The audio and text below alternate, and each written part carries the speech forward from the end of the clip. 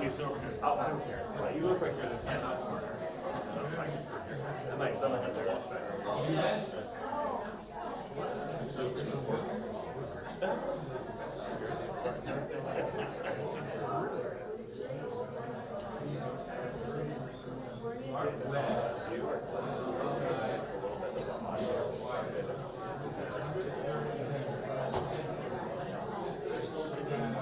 Let's hope it's not like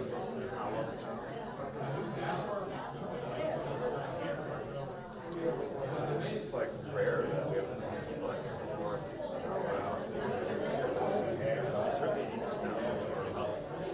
Yeah, it's pretty good.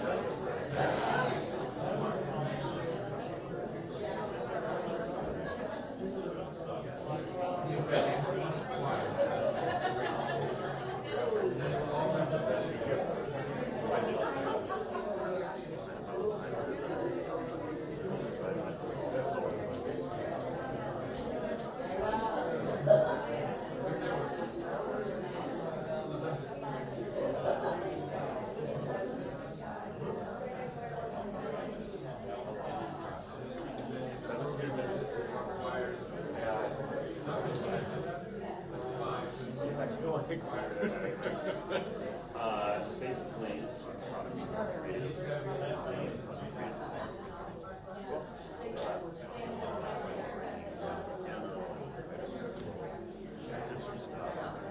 a bunch of quotes.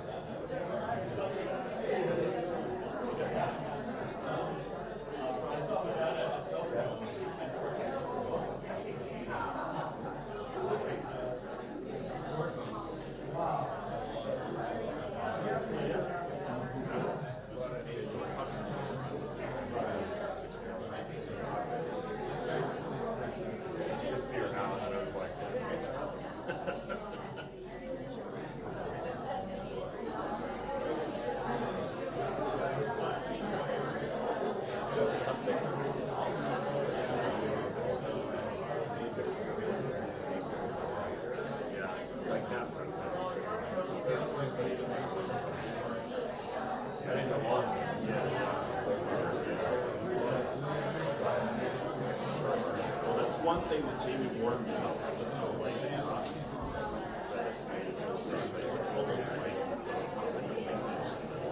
Oh my god.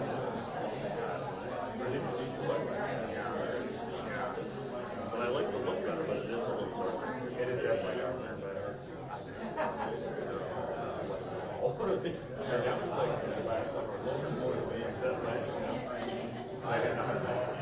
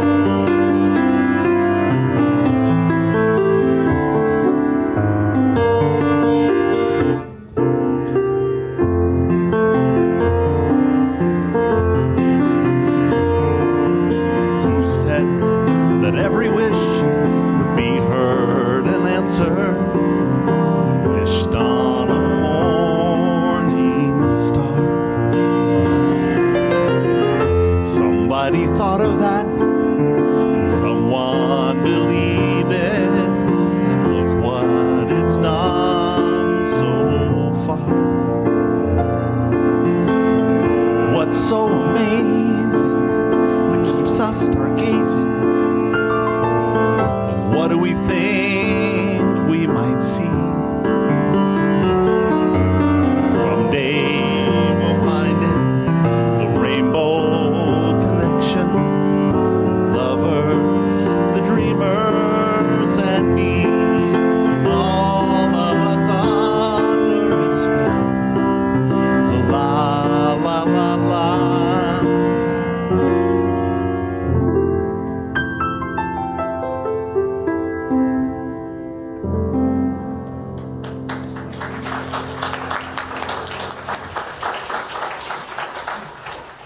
Well, good morning. What a wonderful way to start our time together this morning. My name is Reverend Christopher Rowe. I have the privilege of serving as the senior minister here at Fountain Street Church, where love and justice and inclusion and peacemaking are the shared work of this church's legacy and our future. It is good to be with each and every one of you, and it is especially good to welcome Kayle Clements to our pulpit this morning and our piano. Thank you. It's nice to not be the only staff person we can yank over to the piano. What a gift. It is good to be with you. We are in our third week of the Summer Speaker Series. This is a special time in our church where we take a break from worshiping in the sanctuary with our more formal style worship and gathering here in the chapel at 9:30. And instead we gather at 10 o'clock in celebration of the wisdom and the truth and the insight that exists within our congregation, and including from our speaker today, Kayle Clements, our Director of Events and Programs here. As we get ready for worship this morning, I will be sharing a few different vignettes from poets, the creative types who illuminate wisdom and truth in our world and shed new light on ways of being. So as we prepare for worship, I invite you to hear our first poem for you this morning, The Peace of the Wild Things from Wendell Berry. Will you take a breath with me and center your hearts for worship together? When despair for the world grows in me, and I wake in the night at the least sound, in fear of what my life and my children's lives might be, I go and lie down where the wood drake rests in his beauty on the water, and the great heron feeds. I come into the peace of the wild things, who do not tax their lives with forethought of grief. I come into the presence of still water, and I feel above me the day-blind stars waiting with their light. For a time I rest in the grace of the world, and I am free. Welcome into this space where you can experience the peace of the wild things and certainly freedom. Before our gathering hymn, I want to invite you to take a moment and turn to one another, greet one another, say hello, and welcome one another to worship. You'll be called back with our first hymn.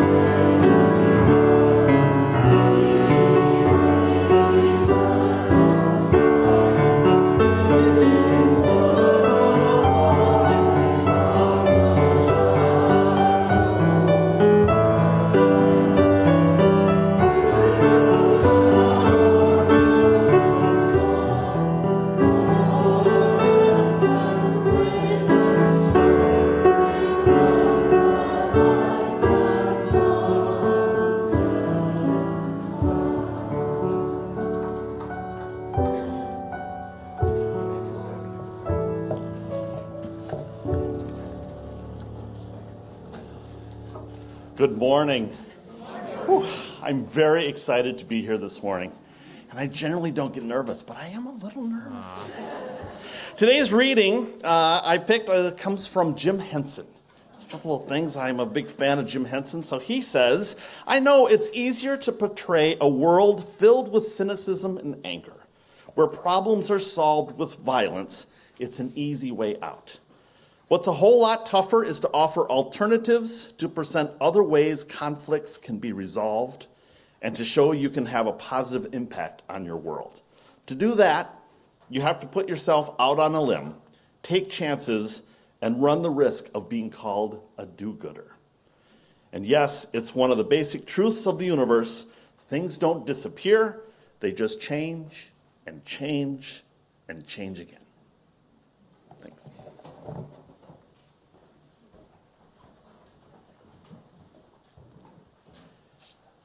Our invitation to a moment of meditation and prayer this morning comes to us from another beloved patron saint of poetry, Mary Oliver.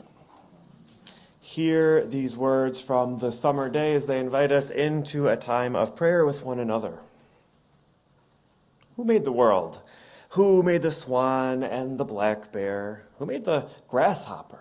The grasshopper. I mean, the one who has flung herself out of the grass, the one who is eating sugar out of my hand, who is moving her jaws back and forth instead of up and down, who is gazing around with her enormous and complicated eyes. Now she shifts her pale forearms and thoroughly washes her face. Now she snaps her wings open and floats away. I don't know exactly what a prayer is. I do know how to pay attention, how to fall down into the grass, how to kneel down into the grass, how to be idle and to be blessed, how to stroll through the fields, which is what I have been doing all day. Tell me, what else should I have done? Doesn't everything die at last and too soon? Tell me, what is it you plan to do with this one wild and precious life? Will you join me in a moment of prayer and meditation?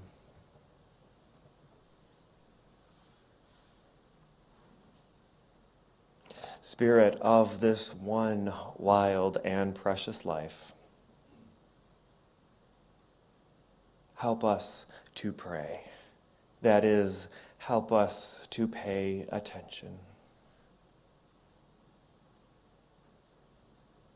Be with us on this beautiful, glorious, life-giving summer day this morning as we practice paying attention to the truth that lives and abides and rests in our hearts and in our souls.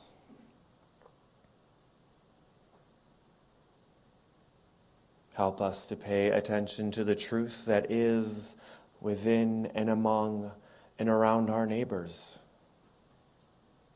and our friends and our family and this community of liberated faith.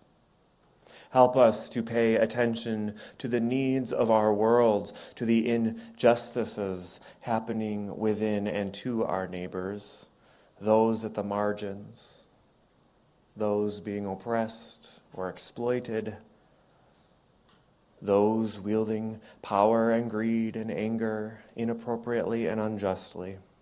Help us to pay attention to the places where people are making peace and sharing love and doing justice and acting humbly. Help us to pay attention to the places in which joy abounds freely, the places in which hope abides generously. Help us to pay attention to this one wild and precious life.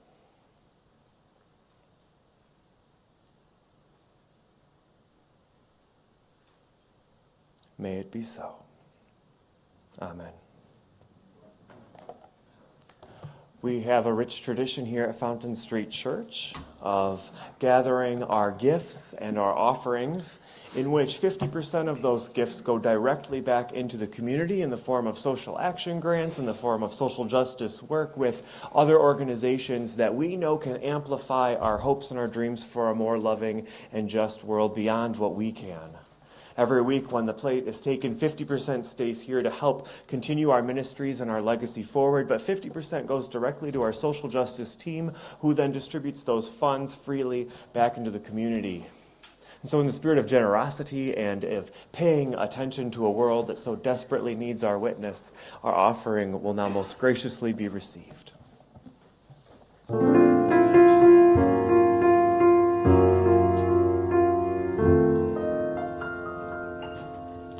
It's not that easy being green, spending your days the color of the leaves. When I think it might be nicer being red or yellow or gold or something more colorful like that. No, it's not that easy being green. Seems you blend in with so many other ordinary things.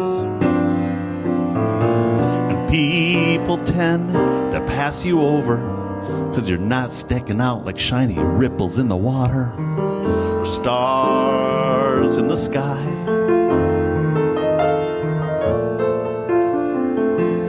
Green's the color of spring, and green can be cool and friendly like.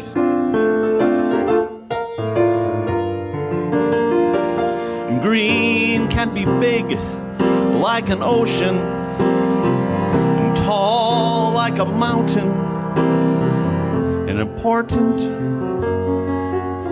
like a tree. When green is all there is to be, it might make you wonder why. But why wonder, why wonder? I'm green, and that'll be fine. It's beautiful, it's what I am, and it's what I like to be.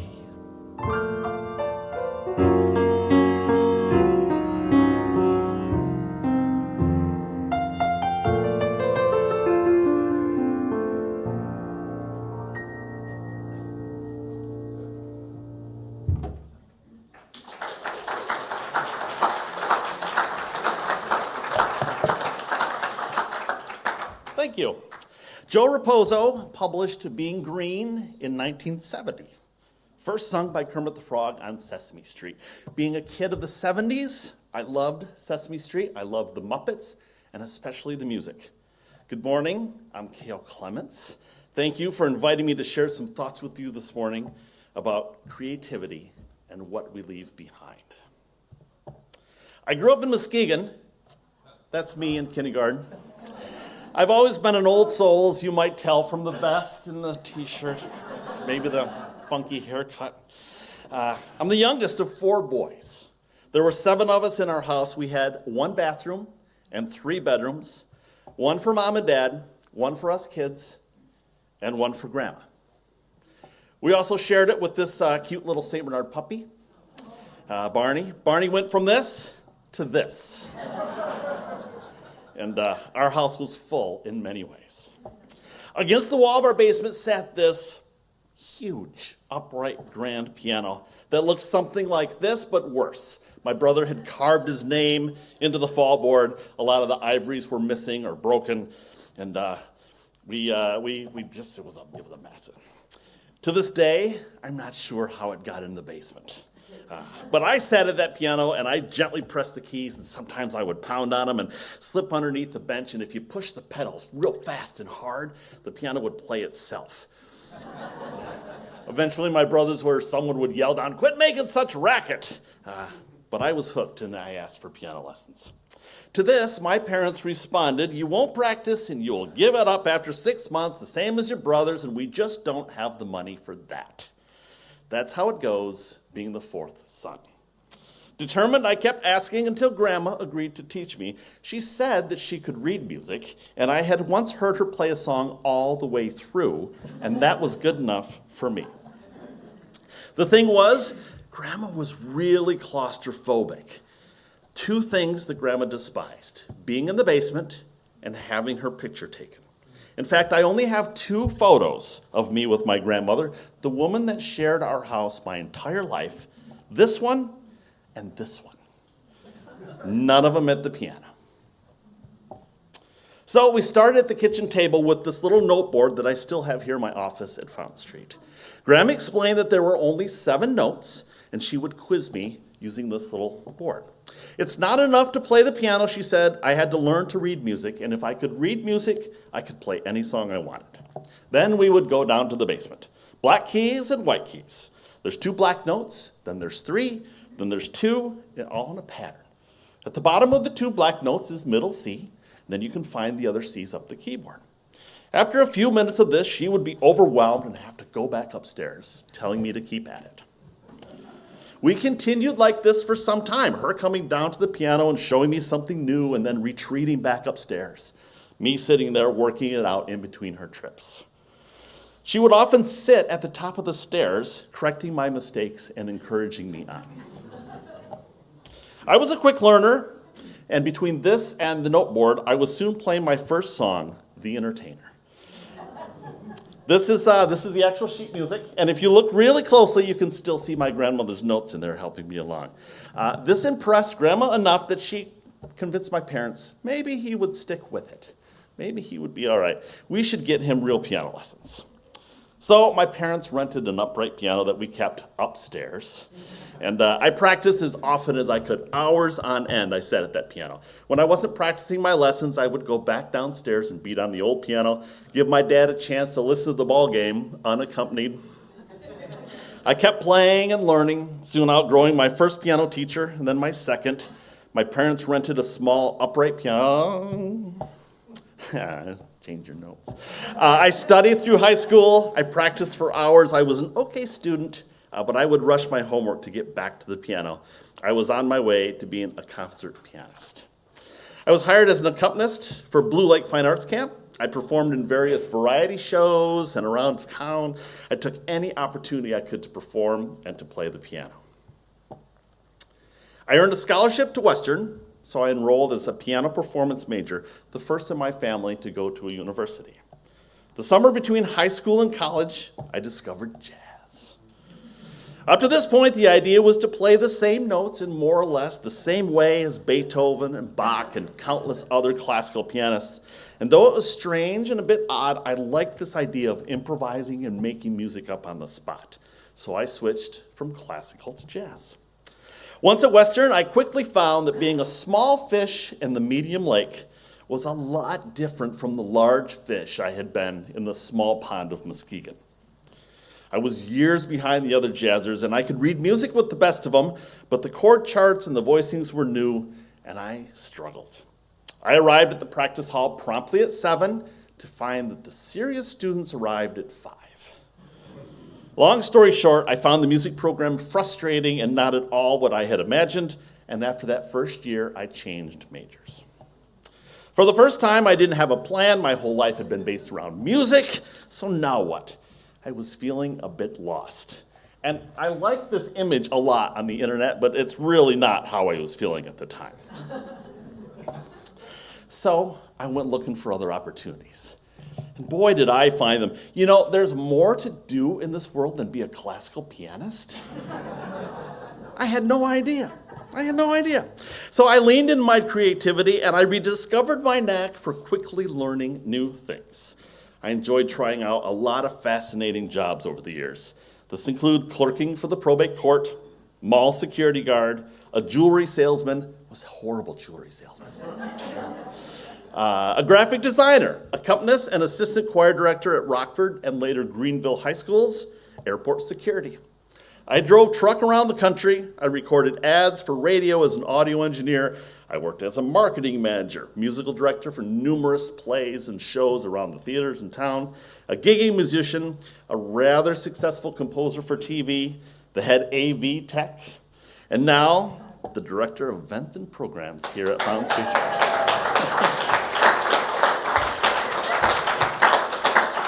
It has been crazy, unexpected, fascinating journey. There's nothing so stable as change. Bob Dylan.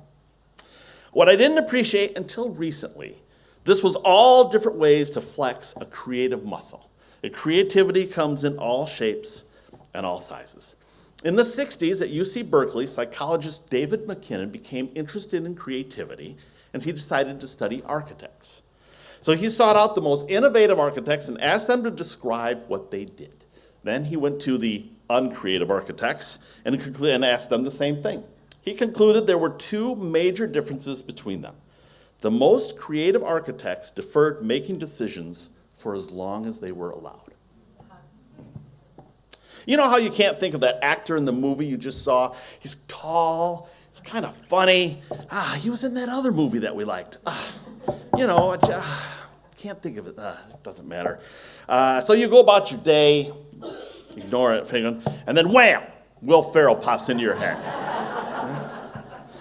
I think this is what Dr. McKinnon was getting at with this first idea, putting off decisions while your subconscious works it out, right? You're not procrastinating, you're not being indecisive, but you're allowing the time to work it out. The second factor, they all remembered how to play. And I don't think it's a coincidence that we play the piano, or we play around with new ideas, or we let it play out. We play the radio. Hey, play that song again. Want to play a game? I know, some of you may know that movie, some of you may not. As kids, we're naturals at play. We make up silly games all the time. My dad told me about a game that they used to play as a kid called Duck on a Rock. Yeah, so the object, you being the duck, sat on a rock while your brothers and friends threw stones at you. Yeah, true story, right? I didn't play it. If you got hit, the one that threw the winning stone, they became the duck. And so on and on and on. You know, not all childhood play requires so many Band-Aids, of course. We play hide and seek or tag or wiffle ball. We play frisbee and Pokemon. We play video games, maybe soccer or tennis. And play doesn't have to be simplistic, like we play chess, for example. Somewhere along the way, we stop playing. We grow up and we put away childish things. But why?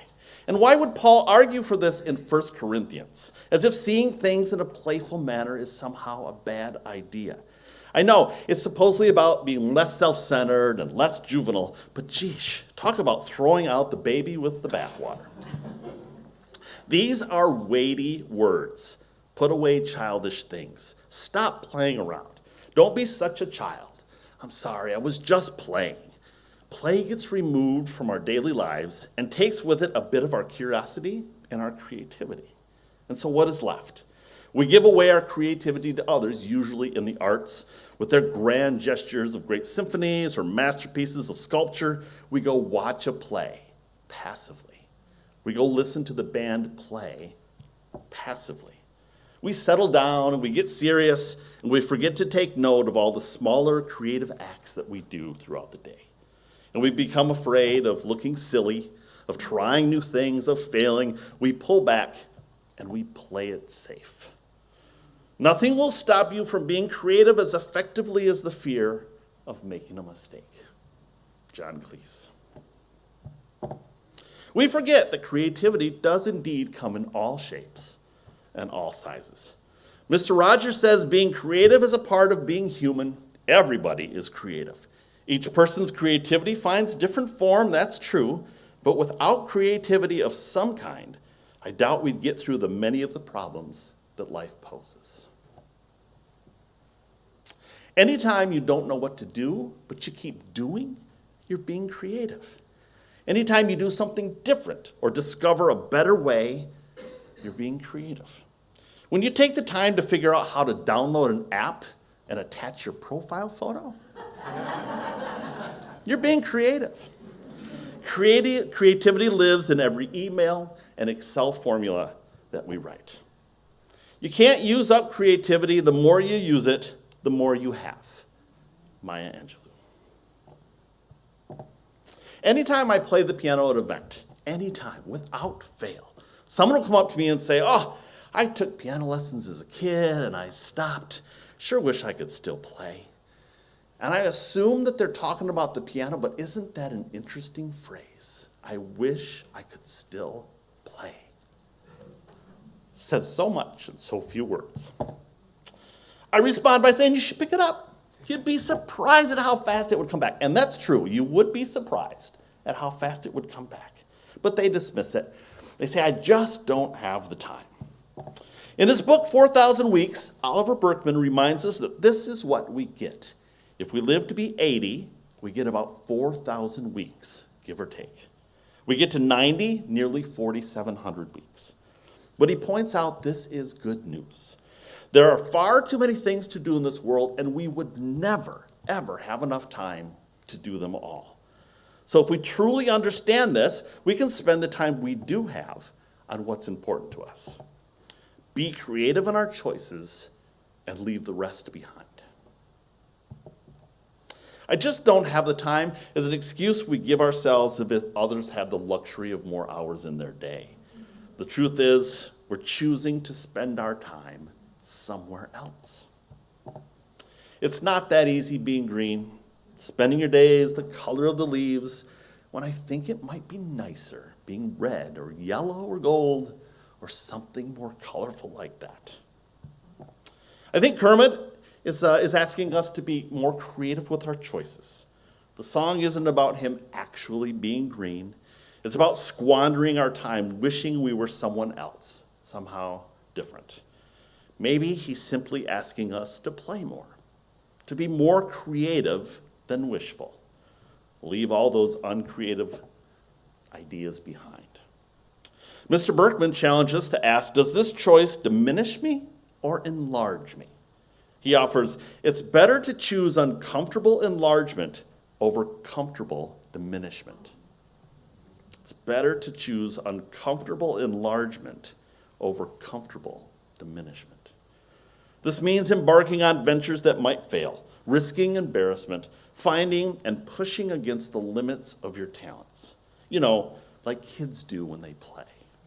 In other words, choosing creativity, sometimes in grand acts, but usually in small, unnoticed ways, and then beginning again each day. Miles Davis reminds us, the future starts when I wake up every morning. Every day, I find something creative to do with my life. There's another side to creativity as well, one we often forget. There's creative muscle involved in subtraction, pruning the unnecessary and getting to the essence, and knowing when to finish and to ship it and to move on to the next. When we see something that isn't working, and we put it aside. To not get stuck in a rut takes a lot of creative muscle. I have found that creativity rarely comes in bolts of lightning, very few eureka moments. It comes in the hard work of working it out. Putting in the time, but also knowing when the time has come and gone. When to keep at it and when to leave it behind. This seems to be where creativity lives. Let me ask you this. Who won the Best Actress 3 years ago at the Oscars? Right. Who was the last person to get their name on the Hollywood Walk of Fame? Or maybe the number one song in 2004? Maybe who won Wimbledon last year? These were all pretty big events at the time, and you'd be forgiven to not remember. But now think of a teacher whose lessons continue to influence you to this day. Think of someone who inspires you to be more creative, to take chances. Take a moment to remember someone in your life, perhaps like my grandmother, someone who overcame personal obstacle to help you get through something. Now imagine how you can flex your creative muscle to do the same for someone else. Leave behind your fear of standing out, of being awkward, of failing, and strive to do great things. I never wanted to be famous. I only wanted to be great. The great Ray Charles. When we think of legacy, maybe we think of Jackie Robinson or Frida Kahlo, maybe Steve Jobs, maybe someone with their name on a building, or maybe someone in your family. We don't always get to choose our legacy. I wonder how many people can name a Beethoven sonata when you hear it. But name a composer that went deaf, right? We don't always get to choose our legacy. We do get to choose what we leave behind. Dave Brubeck tells us, get out there and improvise and take chances, and don't be a perfectionist. Leave that to the classical musicians. So I leave you with this. Be creative. Step out on that limb. Play the fool. Commit to doing little creative acts every day that touch someone you may never meet. Leave something behind to help those coming up behind you get a little further ahead because of your efforts. Billie Jean King asks of us, create your legacy and pass the baton. Love that. Thanks for listening.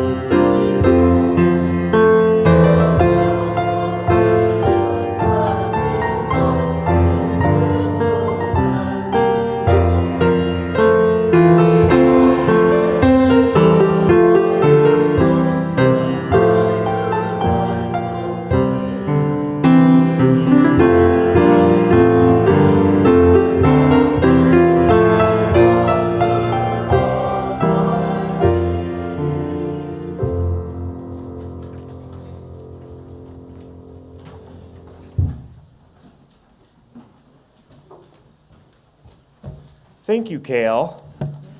Gosh, what a treat. What a treat. I am reminded from your talk of an analogy we've used quite a bit here at Fountain Street Church about this container we have in life, and you can put the small sand and the pebbles and the smaller stones in and then have no room for those big things that matter, or you start with these large things and then let everything come and fill in the cracks.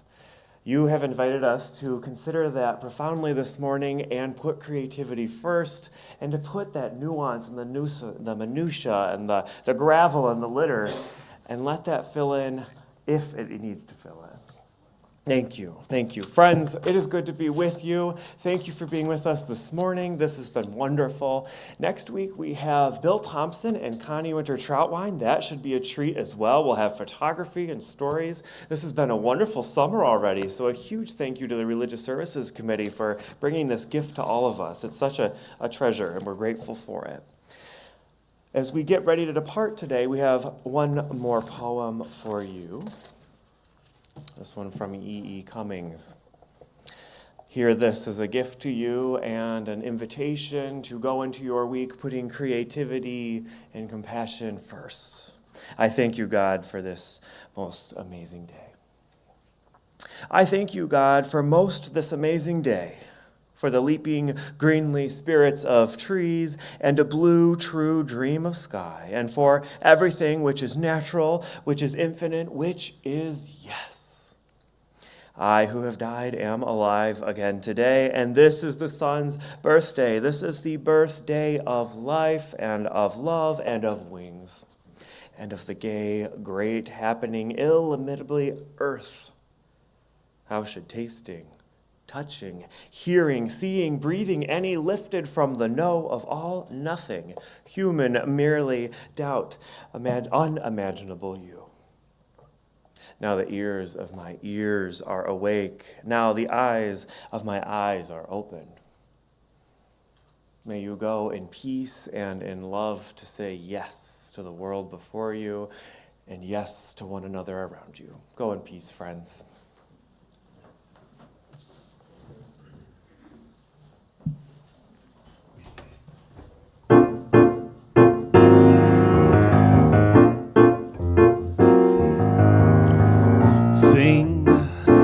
Sing a song, sing out loud, sing out strong, sing of good things, not bad,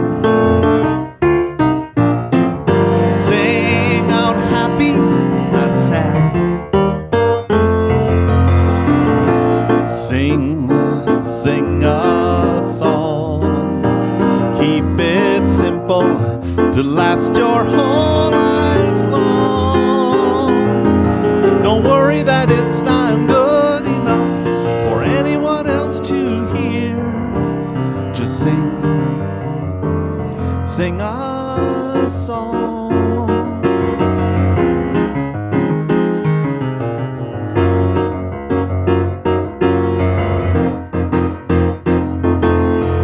La la la la la la la la la la. La la la la la la la la la la la la. Sing a song. Let the world sing along. Sing of love there could be. Sing for you and for me.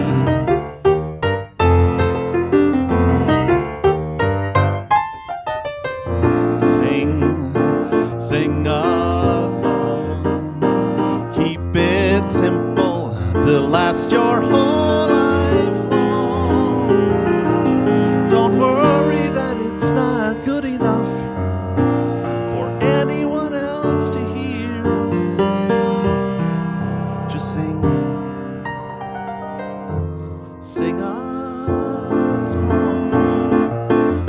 La la la la la. Sing along, la la la la la la la la la la la la la la la la la. Sing along, la la la la la la la. Sing a song.